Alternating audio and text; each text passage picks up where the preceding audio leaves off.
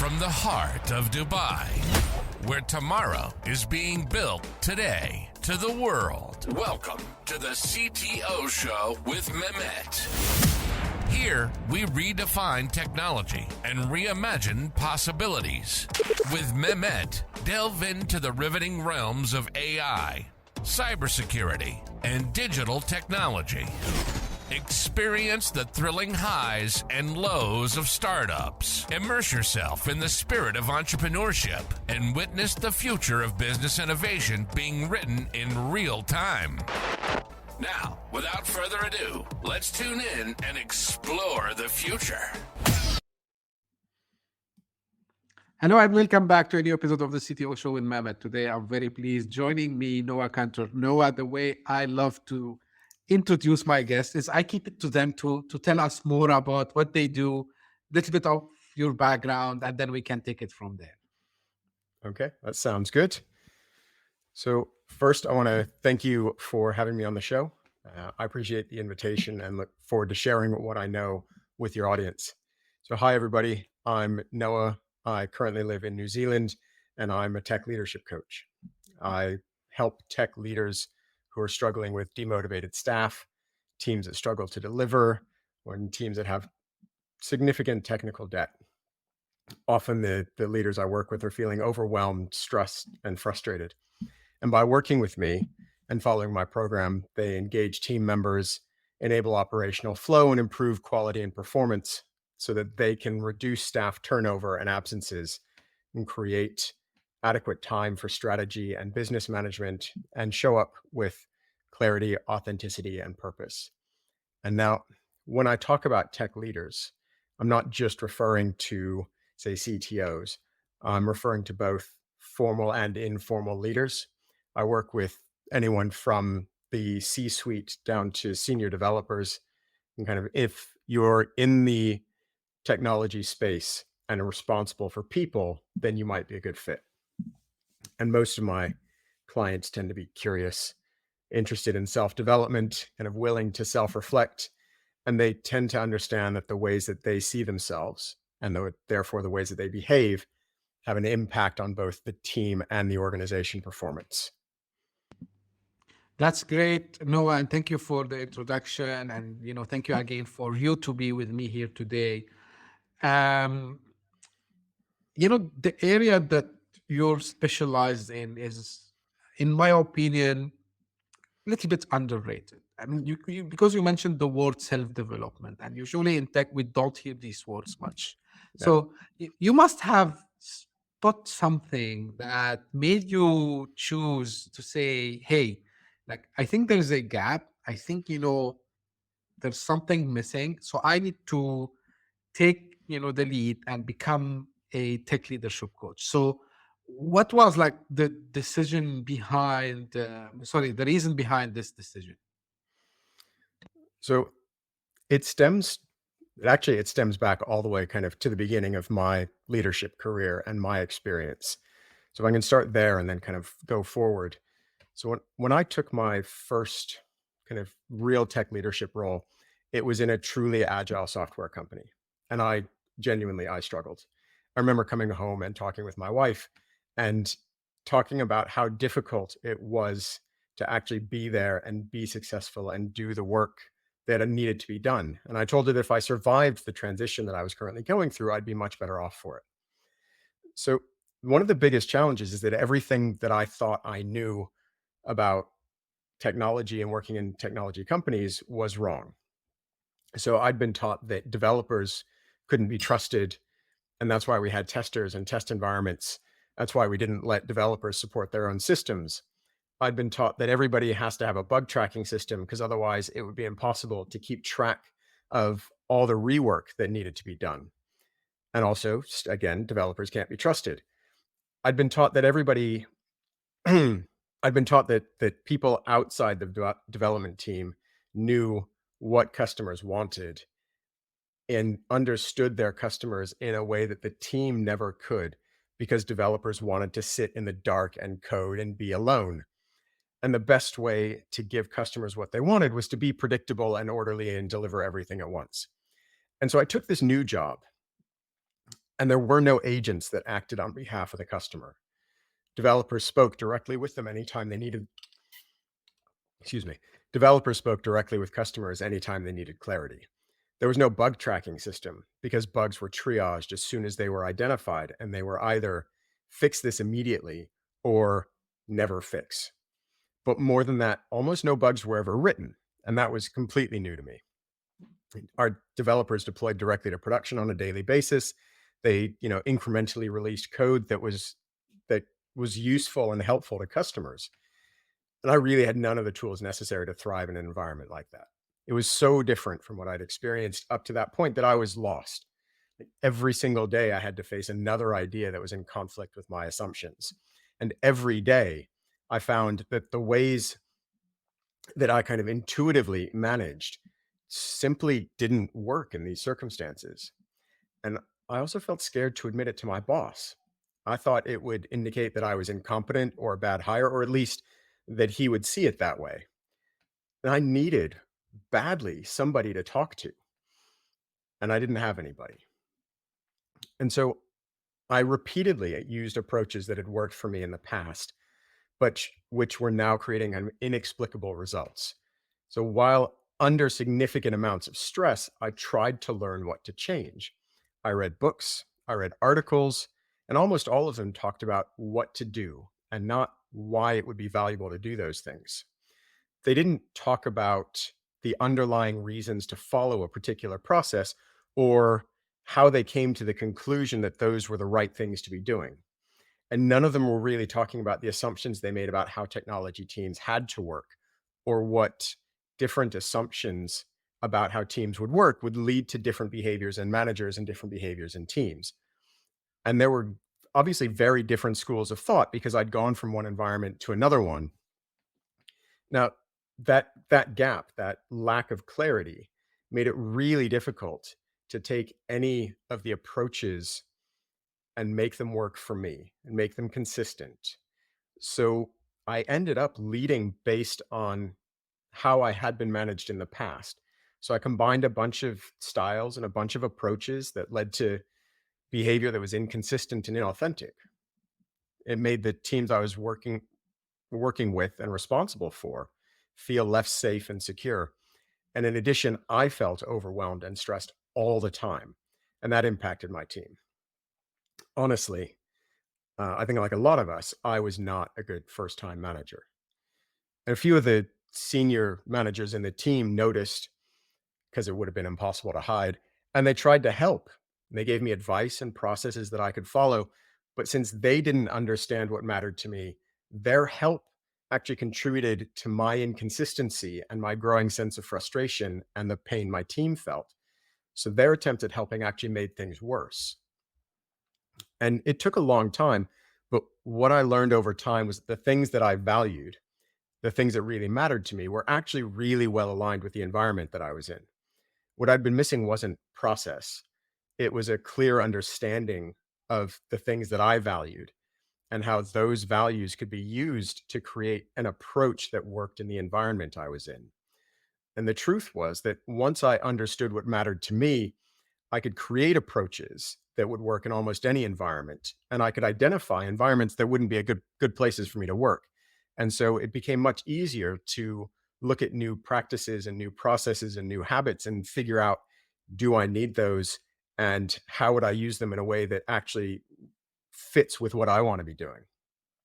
And the only reason that I actually was able to go on this journey was down to luck. So I had the good fortune to have two conversations that exposed me to things that were completely new to me. So in one, I was introduced to elements of psychology and motivation that I had never really thought about or been exposed to. And in the other, I was introduced to the impact that environment and circumstances and systems have on our choices and our behaviors. Those came in the form of two books. The first one was Drive, and the second one was The Goal. They're very familiar to a lot of people. But I loved the ideas in there so much that I devoured dozens of books on the topics. And during those studies, some of my core values actually became clear to me. And they were helping other people and being open. And what I find really interesting now, looking back on my life is that at 16 years old, I knew how much I enjoyed helping other people and how important it was to me. And at 18 years old, I had forgotten. And that led me to actually seek isolation in back end technical systems. I was under the mistaken impression that I didn't like people, or maybe I really didn't, and I just needed to go through a period of growth. But it wasn't until I was 30 that I relearned how much I enjoyed helping people. And once I understood that those were the things that I valued, change became much easier. I was able to expand my studies in line with the things that mattered to me and shift my focus from kind of managing people to creating environments in which people can do their best work. And so I did it at first as a tech manager, then as a consultant, then as a tech leader, and kind of a variety of those sorts of roles over the course of the next kind of 10 or 15 years. And every new experience helped me understand how my own values could be used to create systems and policies that matched what was important to me and what the organization needed. And so over the years, I coached a lot of tech leaders through that journey, right? As a consultant, coaching was just kind of part of that work. And I helped them discover ways to lead and manage work that worked really well for them. And mostly it was as part of something else I was doing, right? I was doing it as a consultant. I was doing it as someone helping leaders, someone looking after senior executives. But it turned out that that combination of technical background that I had and systems awareness and really caring about people combined to make me well suited to be a coach. And that was actually a surprise to me. Wow. So Yeah. So it's a very interesting story, and a lot of things you mentioned resonated with me also as well, because multiple things like, and maybe in the next question I will ask you about some examples, but one thing that caught my attention is like usually as people coming from technical background, we think that we want to hide, which is not true. And there's this stereotype about technical people being people who sits in the dark and behind their screens, and they don't interact with people, which is not true. And the second one, when you mentioned about um, the value, and this is something really, I think, again, we don't talk about much, because when we do something, we do it for a reason. And of course, like these two books, I advise people also to have a look at them. But no, we like always, both of us coming from technology background, so we like to relate things to real business outcomes, as we call it in the business world. So but here we'll discuss it not from a business perspective. We'll discuss it from a personal perspective. So maybe you can share with us a story of someone you've coached, and what were the changes that happened after this coaching. so I once helped a woman named Anne, and she had recently been promoted into the position of CTO in her organization. And she had gotten there through a route that she considered unlikely. She wasn't particularly technical. Instead, she'd come up through working with products and providing a product focus in her organization. And she'd been exposed to technology for years, but wasn't altogether comfortable being responsible for it. But she'd been recommended for the role by two of her technical leadership peers who thought she'd be great for it. So she decided to take it and give it a shot, but she wanted help. And so she came to me, and she really started with the idea that there was a gap in her capabilities. She was working with executives, but her lack of technical experience or hands-on technical experience and lack of experience with the executive made her question whether she was the right person for the job. And through our work together, Anne realized that regardless of her own assumptions, her ability to bring people together, which was built on her own value of being open, was a skill that was sorely lacking amongst her peers and was highly valuable to the people that she was responsible for. So recognizing that first helped settle her mind and allowed her to focus on the work that she needed to do. But later in our relationship, she came back to me with a dilemma, And this dilemma kind of played out over the course of 2 sessions that we did together. But she was feeling really, really stressed because of the financial situation of the company.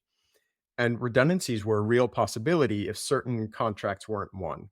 So cash flow had been an issue in the past, and people knew they knew that that was a problem in kind of the abstract, but Anne was keeping the magnitude of the problem away from them, kind of in order to avoid a panic, as she said.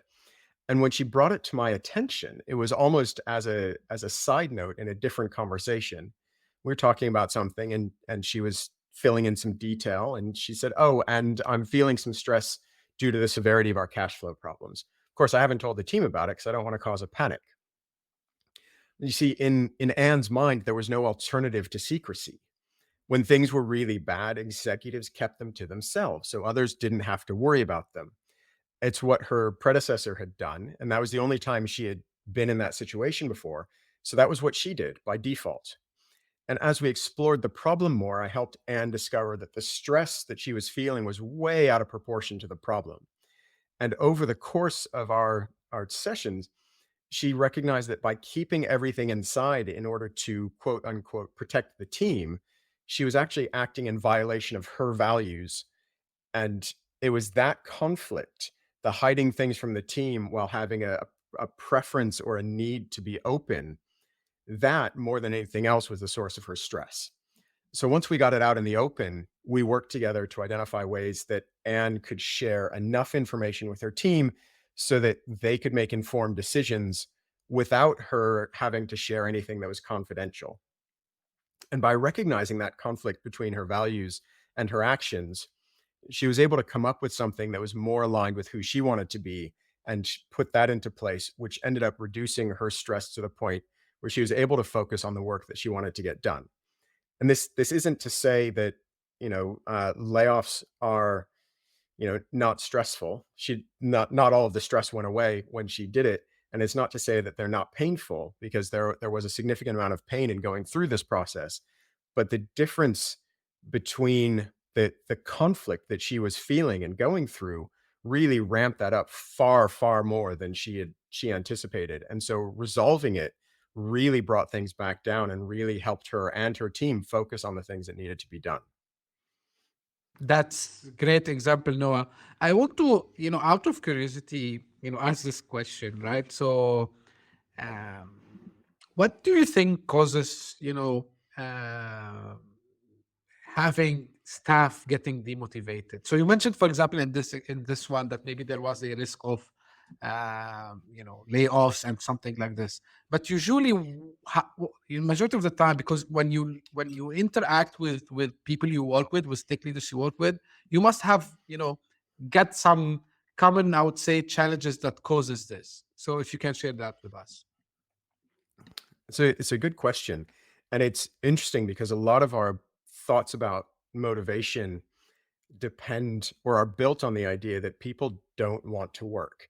It's kind of implicit in the way that we talk about motivating people, as if it's a thing that we have to do to others because they wouldn't do it on their own. And it turns out for a lot of people, particularly people in technology and people in knowledge work, that that's not actually the case.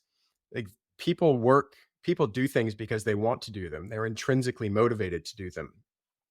And the mistake that I made, and one that I see a lot of leaders make, is the idea that it was my responsibility to make them do things or get them to do things. And actually, I almost managed somebody out of the company in my first job, in my first leadership job, because I didn't understand this. And thankfully, the company actually ended up having him report to someone else, and he did a great job working with them. But the shift when we move into management from individual contributor, where we're doing something, to management, where we're enabling others to do things, is actually really hard, I think, psychologically, because we're going from being in charge of something and telling it what to do, as we write code or we build infrastructure or we build networks or we do security, we make things happen. But as we step into leadership, our job is to enable others to make things happen and create environments where people who are motivated can do great work. And that shift is really hard to do, because most most of us in technology do not have the support necessary to develop those skills as we move into management.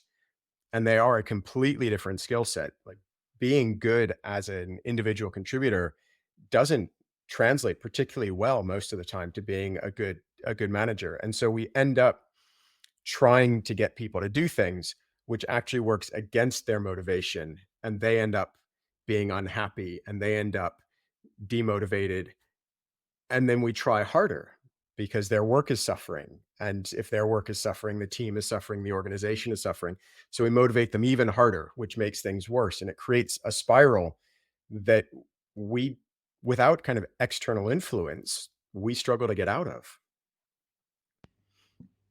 Another one, because when I was preparing for the episode, and from the information you shared with me before, this is close to my heart, not because it's something I face, but because majority of the time I talk to CTOs, I talk to VPs of engineering, I talk to a lot of people in this, especially companies who are startups into the scale up mode, and we hear the term technical debt, right?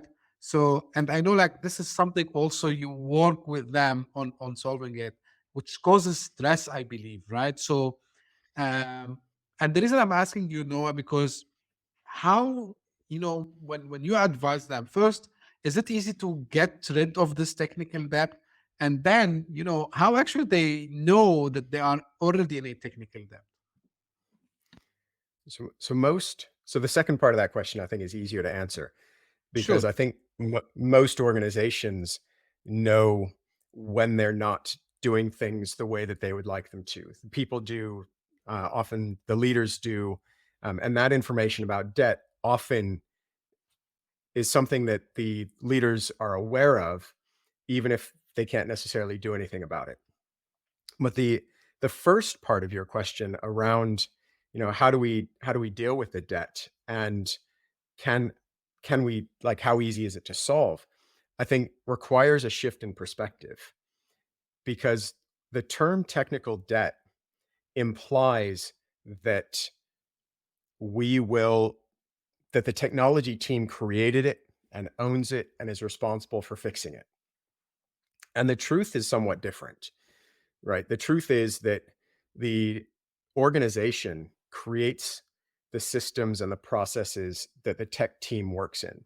So when the organization says we have to get that out the door by a certain date, and the tech team or teams cut corners to do it or make compromises to do it, we call that technical debt, but that didn't originate with them.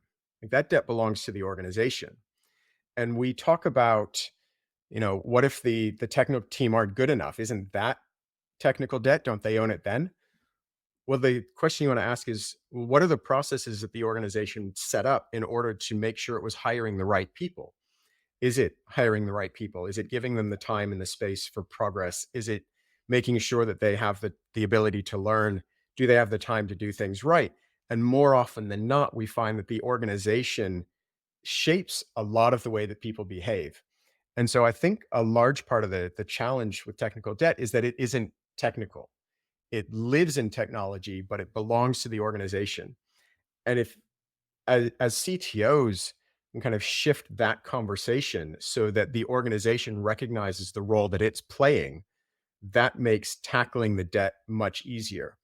Because if they recognize, once the organization recognizes that pushing for feature really ramps up debt over time because it doesn't give time for maintenance, or they want to ship a product that maybe doesn't have a solid case for customers using it, and it's a sales team that's really pushed for it, and it gets rolled out and it doesn't work as well as we need to, and the team never gets a chance to go back and remove it and turn it off, and therefore reduce the footprint and the debt in the system.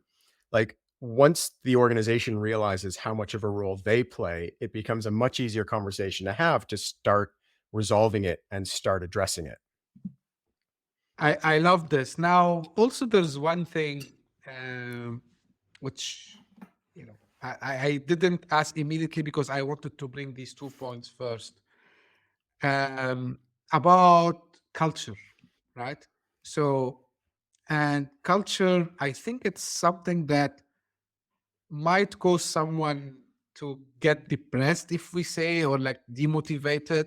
At the same time, maybe because this is you gave from your own example, Noah, from your own experience about, your core values and the company core values.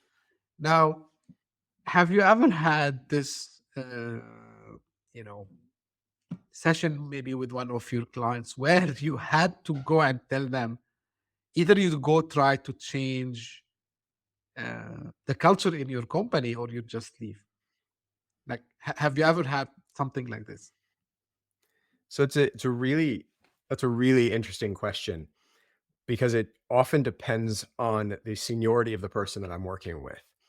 When I'm working with people who are kind of senior technical leads or first time managers are kind of operating at that level, their ability to influence and change the system is relatively small.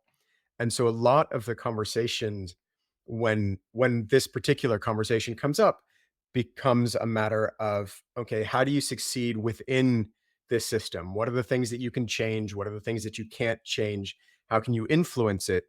But kind of recognizing the boundaries of where the control is that they exercise. And that often leads to a much greater sense of internal peace as they recognize where they can have influence and they stop trying to solve all the problems and they just kind of optimize in the space they have. When I'm working with senior executives, CIOs, CTOs, CPOs sometimes, they are the people in the organization who are actually responsible for how the system works. So if it doesn't work the way they want it to, they have the ability to change it.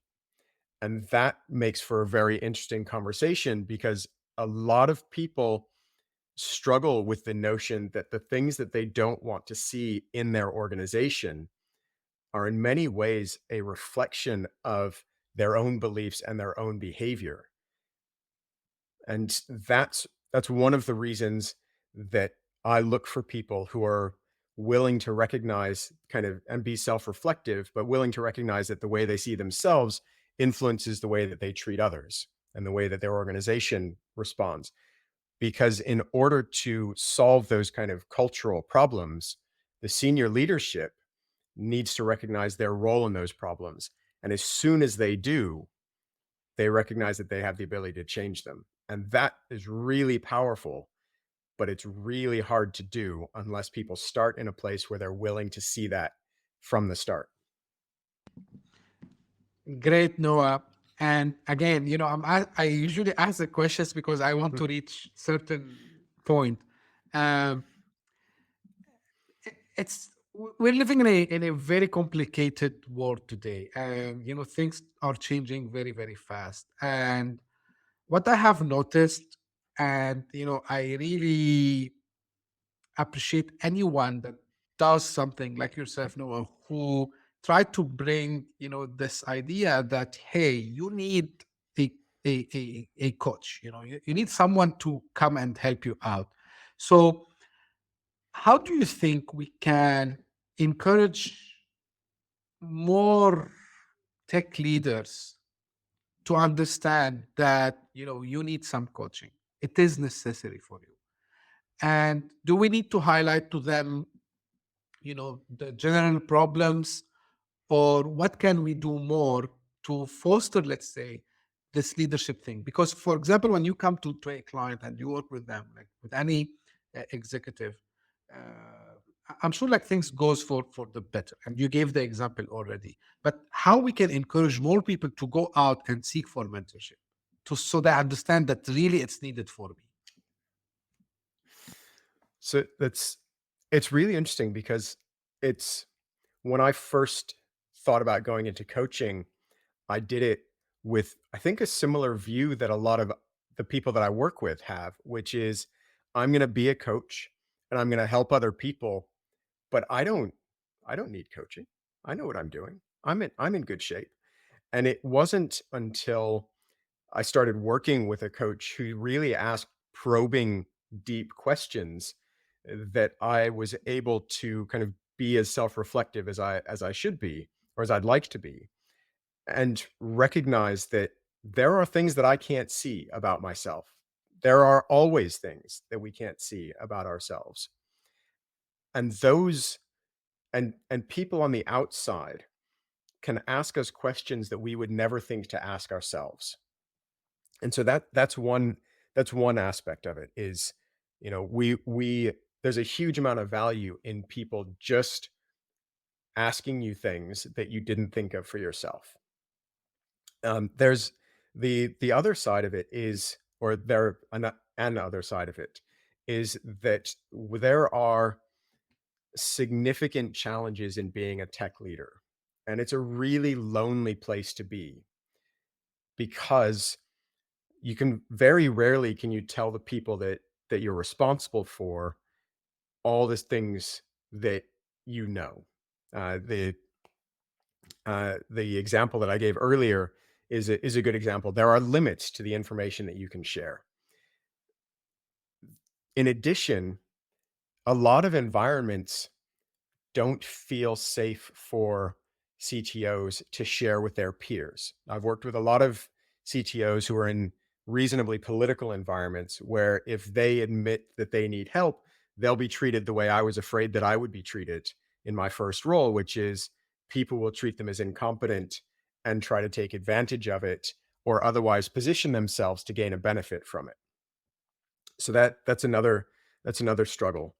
And the last one is that technology leadership is lonely because it's the only part of the organization that has to understand all the management requirements and the strategy of the organization and where it's going and what it's trying to achieve, as well as all of the technology aspects and how your existing technology and architecture and infrastructure and systems make it harder or easier to achieve those things.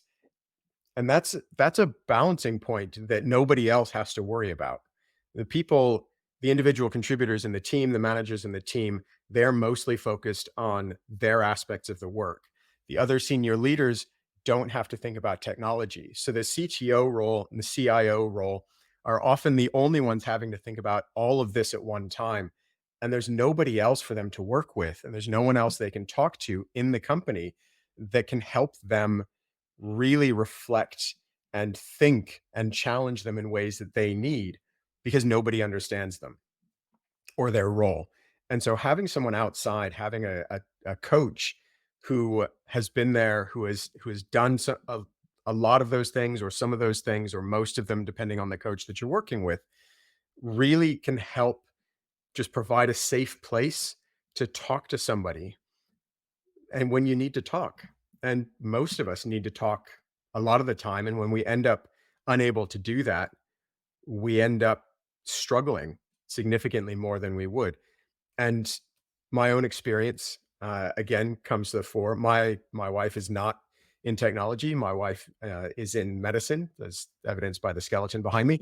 And so there are limits to the conversations that I could have with her as a tech leader. Like she would always listen, she'd always care, she'd always be empathetic, but she wasn't really and isn't really in a position where she can then help me take the next step forward because she doesn't have the context. And that's the last missing piece is we need to make it okay for leaders to share where they are with other people. Now, like this is good, Noah, but people usually like tangible outcomes, right? So, like some people might be able to go and choose this path by themselves, but I am more fan that the organization would invest in these coaching programs, like personally, right? So, but again, the conversation will come if we go the business route again, and tell the organization that you have to invest in your stuff. I'm big fan of this. They would say, okay, but what are like the benefits that we can immediately start to see, right? So, but do you really think that should only be measured in business terms, or we should think about it as, because look, you talked about being stressed, you talk about being depressed, you talk about being not liking your job, you talked about even doubting that you should be in this. Don't you think, Noah, that this is something, and because you just mentioned medicine, it came to my mind, don't you think that this is related even to the mental health of your people who are working with you, whether you are a startup? Because I know in startup scale ups, like the tension, the stress is much high, and even in corporate. But don't you think that this should be something that we don't need only to measure, okay, how much money, business, whatever we're gonna do because of the coaching, because our staff will be happy, but also this is importance for the culture and for the mental health. What you can tell us about this? So 100% completely agree. And what I've actually found working with CTOs and tech leaders is that sometimes they'll fund it themselves, and that does happen, but it's not outsized, like it's not a significant outlier. The majority of the coaches that I work with actually take their funding requests to their CTOs, or sorry, to their CEOs, and get it approved as kind of ongoing personal development, professional development, training. Like it just gets fit into the budget in the same way other professional development would. And there have been so far very few questions asked, actually, when I've been working with people who've gone down this road and said, I would like to get a coach to help me out and help me be a better CTO and do a better job. I don't think I've worked with any CTOs where the business refused to actually go down that road. And so I think there's significant fear that we won't be able to get the help that we need.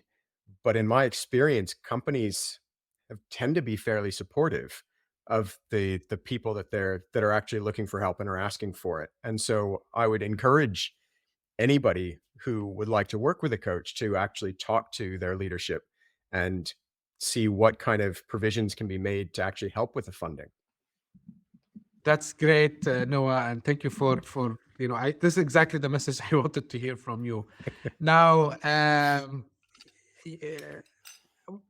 let's say, and this is maybe a traditional question, but I love to ask it from especially experienced people like yourself. So if today someone is listening or maybe watching us and they are on the verge to become a tech leader, or maybe someone who is she or he is already in the tech leadership space for quite some time, what kind of advice, what kind of message you want to leave them with today, Noah? So I think in both cases, there are kind of two things that they can do to help get them on their journey.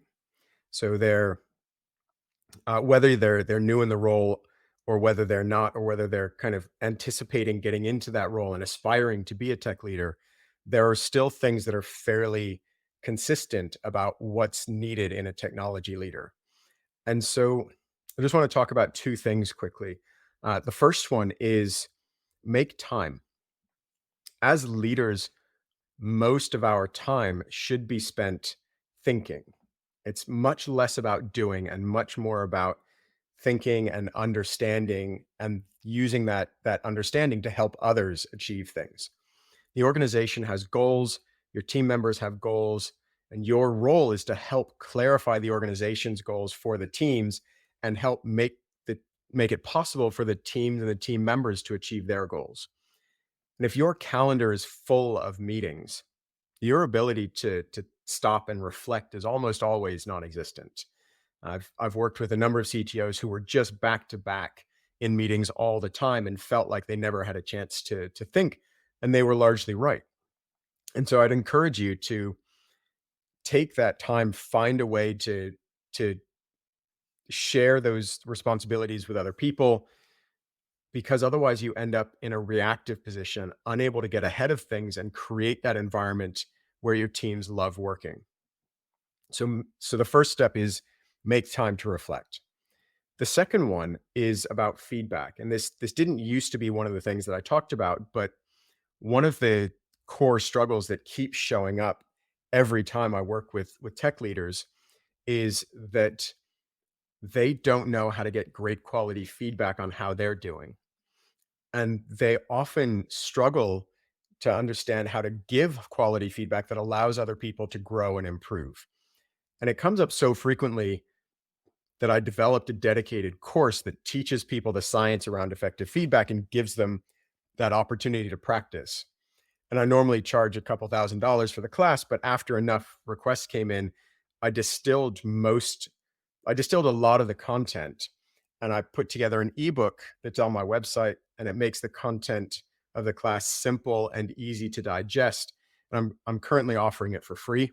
So if, like many of the tech leaders that I've worked with, you're struggling with getting that feedback that you need to grow, or you aren't sure how to frame the feedback that you want to share with others, you can find the ebook on my website at noahcantor.com/ebook and download it, read it, learn as much as you can from it. Feel free to then get in touch with me and ask any questions that you've got. Thank you, Noah. Actually, this was usually my last question to you, and you answered that. Where people can go find more about you. So I will make sure to put the website in the show notes so people can easily find it, get in touch with you, and I really encourage you. This year I'm trying to get experts like yourself, Noah, in this space, because I think we need more coaching, more mentoring. We need more, uh, people who will guide us in this labyrinth, I would say, because things are changing very fast in the world of tech. Uh, People are asking what will happen. For example, are leaders still would be needed in the future with this AI? I'm telling them, yes, of course they will be needed, but they need to be ready, and they need to be always coachable and ready to get the information. So thank you very much, Noah, for sharing all these insights today. Anything like you wished I had asked, like this as a final, again, maybe final word? Anything another message that I didn't ask you about, probably? So yeah, there is one thing, which is it took me years to connect with my values and to start using them to lead. And sometimes it feels that I fell into every single hole and every single problem that I could along the way. And I couldn't see it at the time, but learning to climb out of those holes put me in a really good position to recognize when they're happening and help others avoid them. And so I want the 10 or so years that I spent learning through failure to be of service to others. Like, my goal is to help others shave years off their journeys of self-discovery, making them better, happier leaders. But honestly, regardless of whether it's with me or with somebody else, if you're in the situation that I was in, the journey doesn't have to take years. You find a coach that resonates with you and go on the journey with them. If you want to start it with me, that'd be great. I'm open to consultation. You can always go to my website and book a call with me. I will, without a doubt, let you know during our conversation if we're a good fit for each other. Then I will invite you onto the program. I've only got a few spaces available at the moment, so it might not work out. So I would encourage everyone who's interested to move quickly. But if during our call we find we aren't a good fit, I will 100% do my best to point you at resources that can help. Because just because you can't work with me doesn't mean I don't think this is a great journey for you to go on and for everyone to go on. And so listeners can book a call by going to my website, again, noahcantor.com, and following the book a call link. And please book a call and let me help you help yourself. Thank you very much, Noah. And to your point, we are living in a good time, lucky time, where we have people like yourself who seen it all, as we say, so they can come seek help, seek the coaching from you. And this is again for the audience. Visit Noah's website, and try to book a session. As you said, he has limited seats available. And yeah, like I believe, doing this is for a great reason, which, I want to thank you, Noah, for all the information, all the efforts you have put together, and by the way, I've seen like some of the articles you share also sometimes. So great insight from you. So for any technology leader, actually any leader, anyone who's going to a leadership position, but because here is the CTO show mainly, so highly advise you to check Noah's website. Noah, thank you very much. And this is how usually I add my episodes. So this is for the audience. So if you discovered this podcast by luck, thank you for passing by. I hope you enjoyed. I hope you liked this content. Please subscribe and share it with your friends and your colleagues. And if you are one of the loyal followers that keep sending me their feedback, their comments, keep them coming. I really appreciate that. And if you are someone who has an interesting story, you're doing something special for the technology startup entrepreneurship community, I would love to hear from you. Reach out to me and we can discuss this. And again, you can find me also on all social media platforms. So reach out to me for any discussion, any topic you want, and I would be ready to answer you. Thank you very much. And we'll meet again in a new episode very soon. Thank you. Thank you. Hit that subscribe button, share the show with your tech-savvy friends and fellow entrepreneurs, and leave us a review on your favorite podcast app. Your support means the world to us.